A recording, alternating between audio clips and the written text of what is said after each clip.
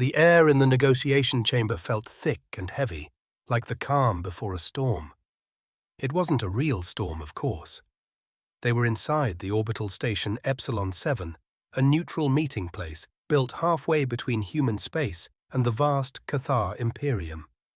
But the tension between the two groups felt just as powerful as crackling lightning. On one side of the polished metal table sat the human delegation, led by Ambassador Marcus Thorne. His face was set in lines of frustration, though he kept his voice steady and calm. On the other side sat the Cathar. The Cathar were imposing figures.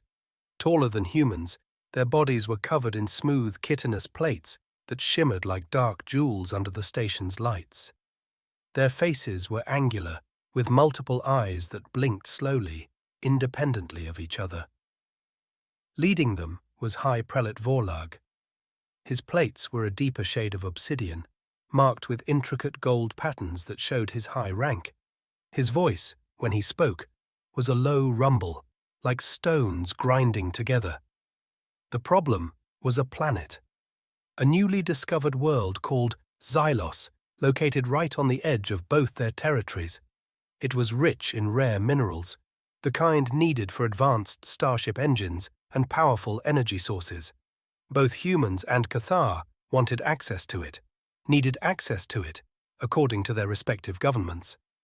"High Prelate Vorlag," Ambassador Thorne said, leaning slightly forward, "we have presented multiple proposals for joint resource management, shared mining operations, divided territories, even phased access schedules. Each has been rejected without serious consideration." Vorlag's main eyes fixed on Thorne. The smaller side eyes scanned the other humans at the table, aides, technical experts, and one woman who sat slightly back, observing everything. Dr. Evelyn Reed, a legal historian. "Ambassador," Vorlag rumbled, the translator device turning his deep tones into clipped formal English. "Your proposals focus only on immediate gain. They are temporary arrangements, driven by convenience, not by principle." "Principle?" Thorne countered, trying to keep the irritation out of his voice. "The principle here is survival and progress. Both our species need these resources. Surely a fair agreement is based on that shared need." Vorlag made a soft clicking sound, a Cathar expression of dismissal. "Need is not the foundation of enduring law, human. Your species grasps for resources like hatchlings squabbling over scraps. You lack the bedrock of true ethical understanding.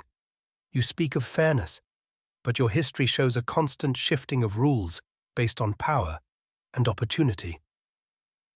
A murmur went through the Cathar delegation.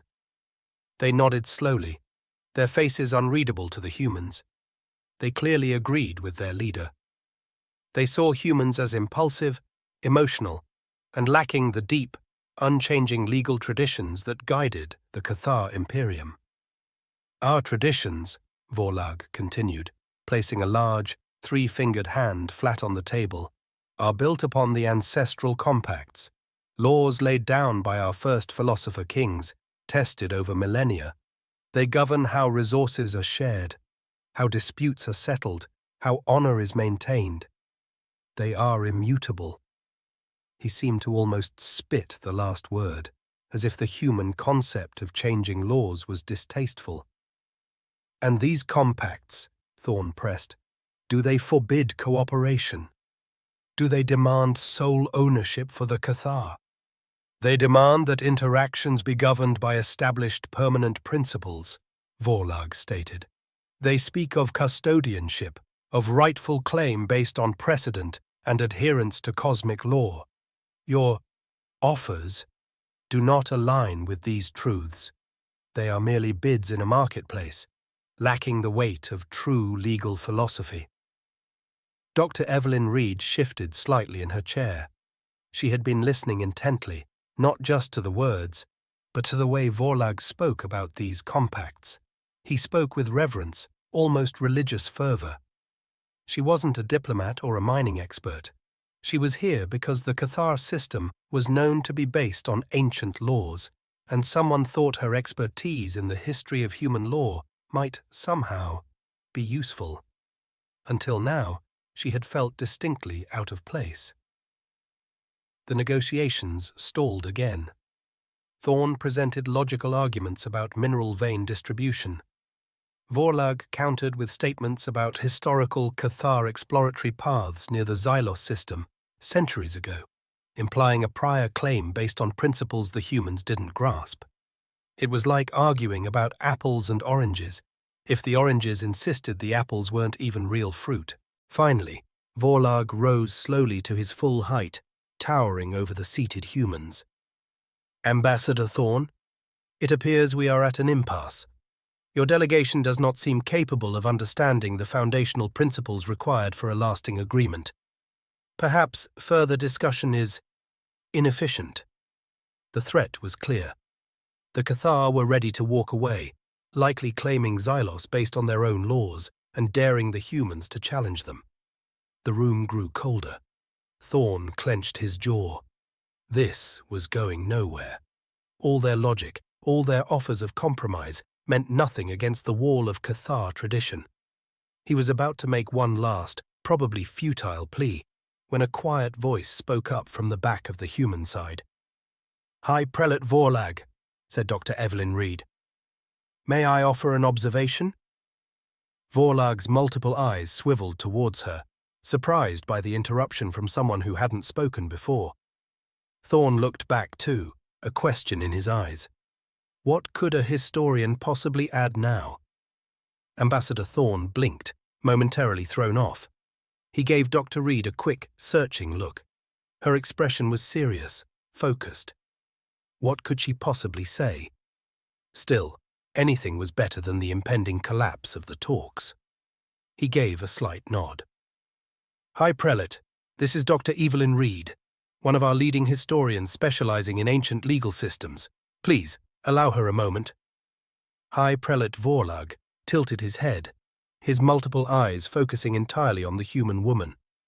He had dismissed the politicians and the resource experts. What could a historian offer?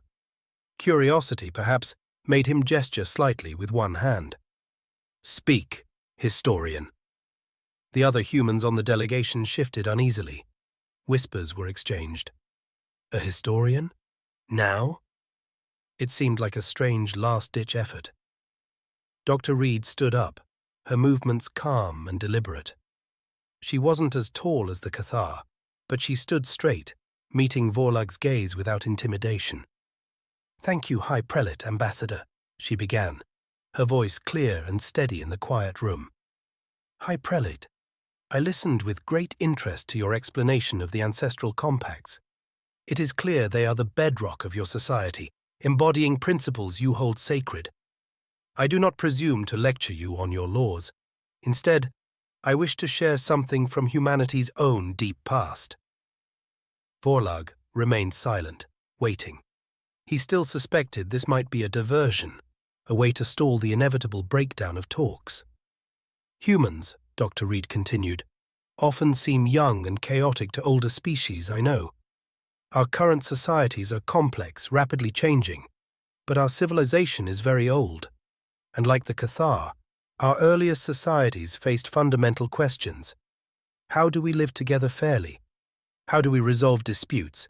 How do we manage resources that belong to everyone?" She paused, letting the questions hang in the air. "Long before our modern nations, thousands of years ago, we began writing down our answers. We created our own early compacts, if you will." She gestured to the screen embedded in the table, which flickered to life, displaying an image of ancient cuneiform script etched onto a clay tablet. "This," she said, "is from the Code of Hammurabi, written nearly 4,000 years ago in ancient Mesopotamia on Earth. It wasn't our first code, but it's one of the oldest we've preserved." The Cathar looked at the strange symbols, unimpressed. Ancient, yes. Primitive, likely. "It covered many things," Dr. Reed explained. "Trade, family, property. But importantly, it established principles. For instance, it outlined rules for an eye for an eye, To modern ears, it sounds harsh, but in its time, it was about proportionate justice, preventing blood feuds where a small offense led to escalating violence. It insisted that the punishment match the crime, a principle of measured response. She then brought up another concept. It also held builders accountable. If a house collapsed and harmed the owner, the builder faced severe penalties. This wasn't just punishment, it was a principle of responsibility, a duty of care owed by those whose work impacts the community, a form of custodianship over one's skills and their effect on others. Vorlag's expression didn't change, but one of his secondary eyes blinked slowly. The word custodianship echoed what he had said earlier about the compacts. Dr. Reed shifted topics slightly. Consider also ancient maritime laws, developed independently by seafaring cultures. When ships were wrecked, or valuable goods were found adrift, rules emerged about salvage rights. How should salvaged property be divided between the finder and the original owner? How should resources found in shared waters be allocated? These weren't just practical rules. They reflected early attempts to define fairness and shared access when resources weren't clearly owned. A younger Cathar delegate leaned forward slightly, looking intently at Dr. Reed. Vorlag noticed the movement. He remained impassive, but the air of dismissal had lessened, replaced by a guarded attention. This wasn't just rambling. The human historian was structuring her points. "You spoke earlier, High Prelate," Dr. Reed said, now directly addressing him, "about the need for enduring principles, not just convenient arrangements, about custodianship, about rightful claim based on adherence to law. It's fascinating, because these very concerns appear in our most ancient human legal texts." She didn't explicitly say, "Your laws are just like our old laws." That would be insulting. Instead, she highlighted the human struggles and the principles they derived. "We grappled with defining fairness in trade disputes, establishing rules of evidence so decisions weren't arbitrary, and setting limits on power. Concepts like the Magna Carta, centuries later, tried to ensure even kings were subject to the law." She pointed back to the comparison. "The need for impartial judgment, for laws that apply equally, for recognizing responsibilities beyond immediate profit. These are not new ideas for humanity, High Prelate. They are ancient echoes. Foundational struggles our species faced millennia ago, just as yours must have." A deep quiet settled over the Cathar side of the table. Vorlag wasn't looking at Thorn anymore. His gaze was fixed on Dr. Reed, and then drifted to the ancient script on the screen. The comparison wasn't just superficial. The concepts the human historian described, measured justice, accountability, stewardship, rules for shared resources, law above power, resonated deeply with the core tenets of the Cathar ancestral compacts. He hadn't expected this. He had assumed human ethics were shallow, recent inventions, but this was history, deep history, echoing his own sacred laws. The silence stretched. It wasn't the angry, tense silence from before. This was different. It felt heavy with thought, with surprise. High Prelate Vorlag stood completely still, his multiple eyes unblinking as they stared at the image of Hammurabi's code, then flicked back to Dr. Evelyn Reed. He, who represented an empire built on the unchanging rock of the ancestral compacts, was being shown that another species, one he considered flighty and unprincipled, had carved similar foundations into stone millennia ago. He tried to find the flaw in her presentation. Was it a trick? A clever manipulation of words? But the historian wasn't claiming human laws were superior or even equal. She was simply laying out historical facts, highlighting the principles humans had wrestled with. Principles like proportionate justice, a core tenet of Cathar judgment rituals. The principle of accountability for one's work, reflected in the compact's sections on the duties of artisans and engineers. The rules for shared resources. eerily similar to ancient Cathar protocols for dividing spoils after joint hunts or managing common grazing territories on their homeworld long ago. Internally, Vorlag felt a tremor of something unfamiliar. It wasn't anger or disbelief anymore. It was resonance, like hearing a familiar song played on a strange instrument. The notes were different, the sound alien, but the underlying melody was undeniably the same. He saw flickers of recognition on the faces of his advisors too. One Cathar, a legal scholar named Prelate Kalen, subtly adjusted her posture, leaning forward, her side eyes fixed on Dr. Reed. Dr. Reed sensed the shift. She didn't press her advantage aggressively. Instead, she softened her tone slightly. High Prelate, every species that develops complex societies must face these questions. How do we ensure fairness when strength could easily dominate? How do we build trust? How do we establish rules that last beyond one generation? She gestured towards the Cathar side of the table. Your ancestral compacts represent your species' answers, refined over countless generations. They are a testament to your commitment to enduring law. What I wish to share is simply this. Humanity, in its own way, on its own distant world, began asking the same questions and searching for similar answers long, long ago. Our paths were different, our histories turbulent, but the fundamental quest for justice, for order based on principles rather than power, that quest seems to be something our species share. Vorlag finally lowered himself back into his chair, a slow, deliberate movement that captured everyone's attention. He looked at Dr. Reed, then at Ambassador Thorne, then back at Reed. The dismissal was gone from his eyes, replaced by a deep, contemplative seriousness. You speak of... Vorlag paused, searching for the right word, the translator catching the hesitation. Convergence. Of foundational thought. Perhaps, Dr. Reed agreed softly. Or perhaps evidence that certain principles of fairness and order are not unique inventions, but fundamental requirements for any complex society hoping to endure. Maybe they are, as you suggested earlier, closer to cosmic law than any of us realized. That phrase, cosmic law, resonated deeply with Cathar philosophy. It suggested that these weren't just human ideas or Cathar ideas, but reflections of a deeper, universal truth. Prelate Kalen spoke for the first time, her voice higher pitched than Vorlag's, but carrying authority. Historian Reed, the parallels you draw, particularly concerning the duties of stewardship and the rules for arbitration in resource disputes, they are striking. She didn't elaborate, but the admission hung in the air. Striking. Coming from a Cathar legal scholar comparing alien concepts to their sacred compacts, it was a monumental statement. The atmosphere in the room had completely transformed. The tension wasn't gone, but it was no longer hostile. It was the tension of discovery, of unexpected connection.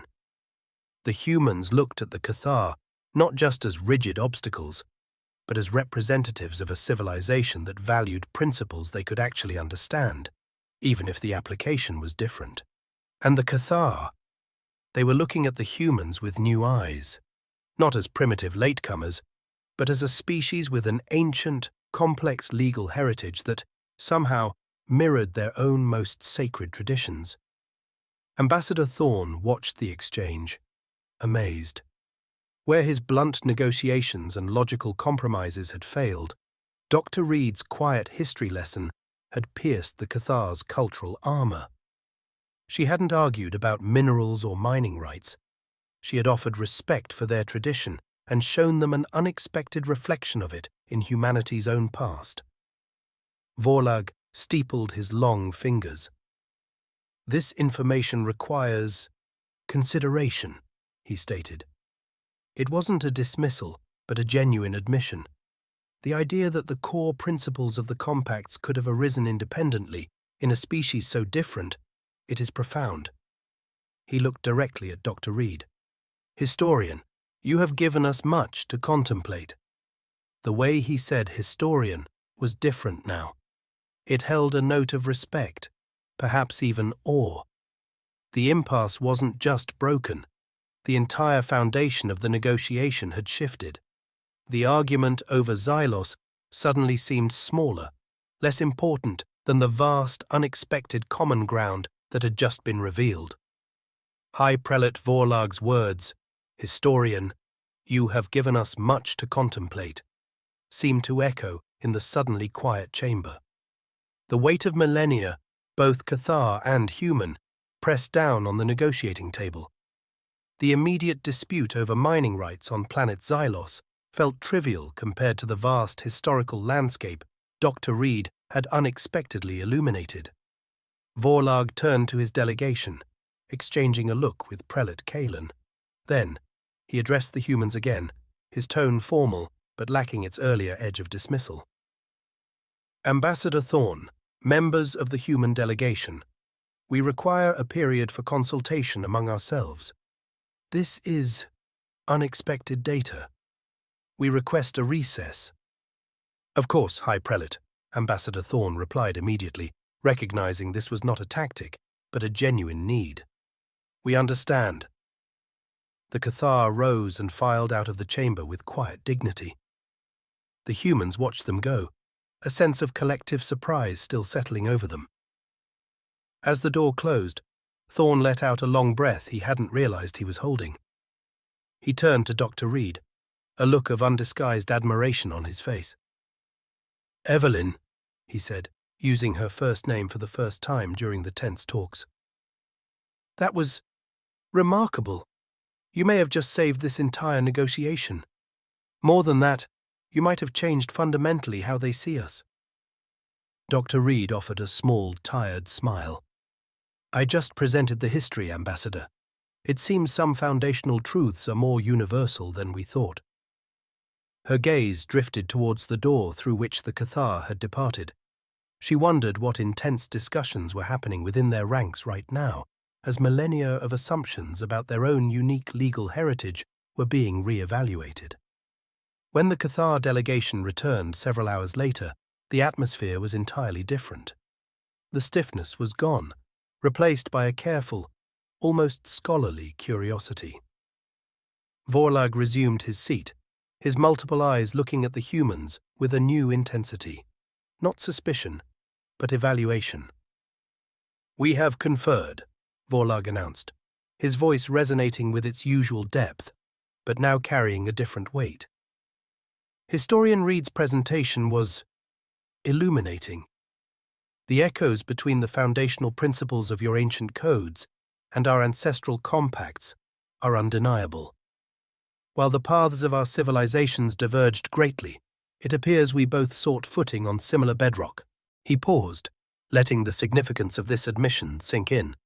"This changes the nature of our discussion regarding Xylos. Arguing over percentages and extraction rates based on perceived immediate need now seems inadequate." Ambassador Thorn seized the opening, but carefully, respectfully.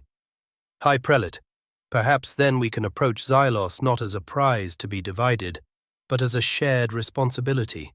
If our species independently arrived at similar principles of stewardship and fair dealing thousands of years ago, perhaps we can apply those shared principles now."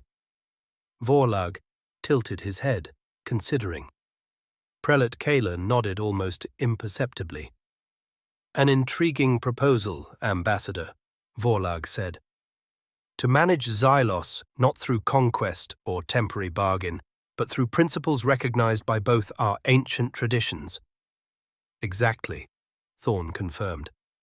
"We could establish a joint council, not just administrators but stewards, guided by the principles of fairness, proportionate use, and long-term custodianship that Dr. Reed showed exist in both our histories." Dr. Reed watched, fascinated, as the idea took shape. It wasn't just a compromise anymore. It was a synthesis, built directly on the bridge she had revealed. Vorlag looked towards Prelate Kalen, who spoke. "Such a council would need to draw its authority from both the ancestral compacts and the corresponding ancient human legal tenets. A complex task, but potentially fruitful. It would be a legal structure unlike any in the known galaxy. We are prepared to undertake that complexity, Thorn stated firmly. Vorlag looked back at Thorn, a long, considering gaze. Finally, he gave a slow, deliberate nod. In principle, he declared, the word carrying immense weight. The Cathar Imperium agrees to explore the formation of a joint stewardship council for Zelos, founded upon the convergent principles found in our respective ancient legal traditions. The specifics will require much work, but the foundation is agreed. A ripple of relieved murmurs went through both delegations. The impossible had happened. Not victory, not defeat, but connection, understanding. As the session formally concluded, High Prelate Vorlag approached Dr. Reed. Historian, he rumbled, bowing his head slightly, a gesture of profound respect among the Cathar. Your wisdom travels far. You have shown us a reflection we did not expect to see. Later, as the human delegation walked back towards their transport, Thorn walked beside Reed. You know, Evelyn, he said thoughtfully, we came here expecting to fight over rocks. Instead, we found common ground carved into stone tablets and ancient laws, thousands of years old. Dr. Reed looked out at the stars, visible through the station's viewport. Countless worlds, countless species. Perhaps, she thought, the deepest connections weren't found in shared biology or technology, but in the shared struggle to understand justice, fairness, and how to live together. Echoes across millennia, now resonating across the vastness of space. A fragile beginning, but a beginning nonetheless.